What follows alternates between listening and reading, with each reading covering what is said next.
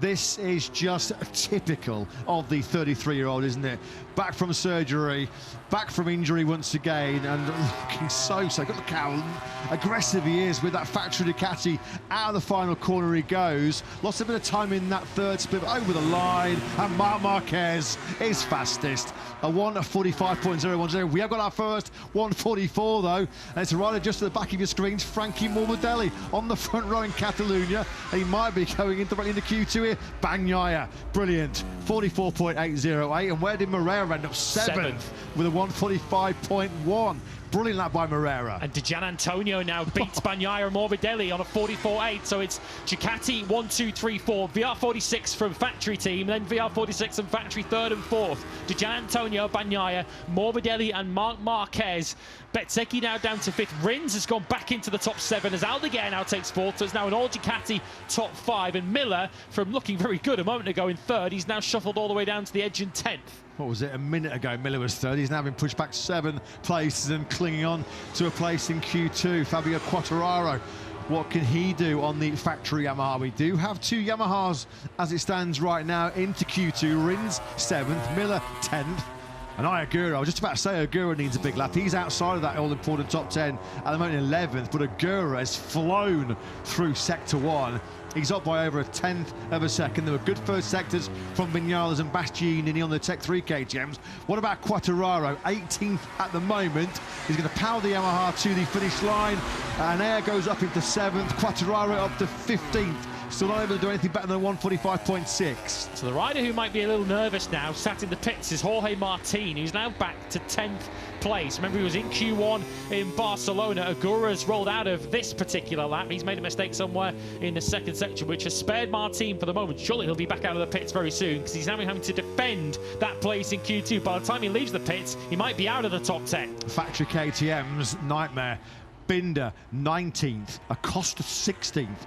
Acosta was on pole position a couple of weeks ago in Barcelona. You can see there on the graphic, rider at risk is Jorge Martin. Bezzecchi flying, so too is Bastianini, who just leapt up into 7th place with a 1:45.052. The beast building up towards his first 1:44 of the weekend so far, potentially P1. Bezzecchi's towing Bastianini around, and if there's one bike on this grid that doesn't need a tow, it's the factory KTM. Fernandez into the final corner. This is going to be nip and tuck this with Martin. We're estimating 10th place. Jorge Martin has now left the pits. He's on an out lap, and he might be about to see himself dumped out of the top 10 by the rider that he tangled with in Barcelona. Fernandez does take his 10th place away. What about Bez and the beast? Aprilia versus KTM for top spot potentially here. 1:44.808 is the best time of the day so far. Nothing going as far on the last lap as far as Acosta is concerned. Just giving a close eye on the KTM star. He has just done his personal best first sector. So Acosta 17th, but needs a big lap. What about Bezzecchi and Bastianini? Lost time in the third sector. Bez up to 4th. Better for the beast up into P3. Surely those two are locked and loaded for Q2. Yeah, the top 5 all in the 1:44s. Then Acosta's not giving up on this just yet, and the KTM can clearly do it. But Bastianini has proven, can Pedro Acosta down in 17th place rescue his Friday in the final couple of minutes? Needs a mistake-free lap and needs no yellow flags, doesn't he, Acosta? Here he goes and over the crest into Correntaya, then now down the hill, turn 12, build up momentum, then through Biondetti 1 and 2. All about the rapid change of direction in this brilliant fourth sector. Further up the road, we can pick up Martin and Ring, just moving out of your shot, going through the final corner. Sideways goes Agura. He needs a strong final lap. He's going to get one more crack at it. Agura down in P15. Miller, who was third about 5 minutes ago, has now been punted back to 14th place. Agura then over the line. He's quicker than Acosta. I think he's going to stay there. Agura goes 10th. Acosta over the line. Then we're waiting for him. He's surely not going to make it. Only 12th for Pedro Acosta. This is his final shot at it. And Martin then down in 13th place.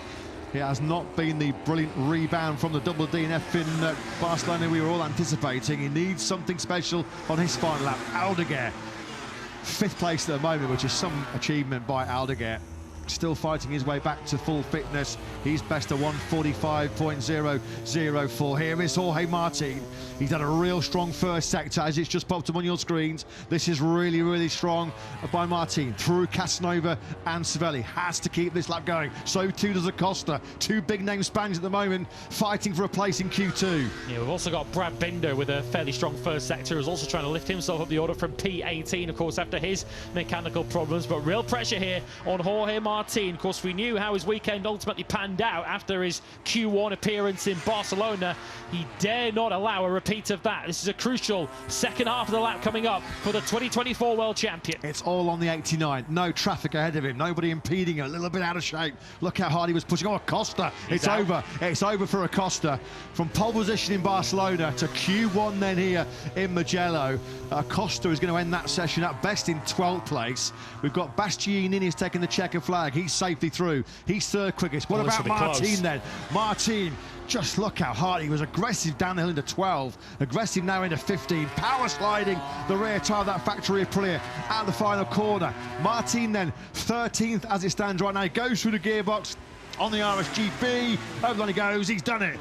Is that good enough? Is a 1:45.132 going to see Jorge Martin in Q2? At the expense of Trackhouse. It's Aguro relegated out. He's in an 11th place. We've only got Brad Binder to come over the line. He's not going to get himself into the top 10. So it will be a double for Di Gianantonio on day one here at the Italian Grand Prix.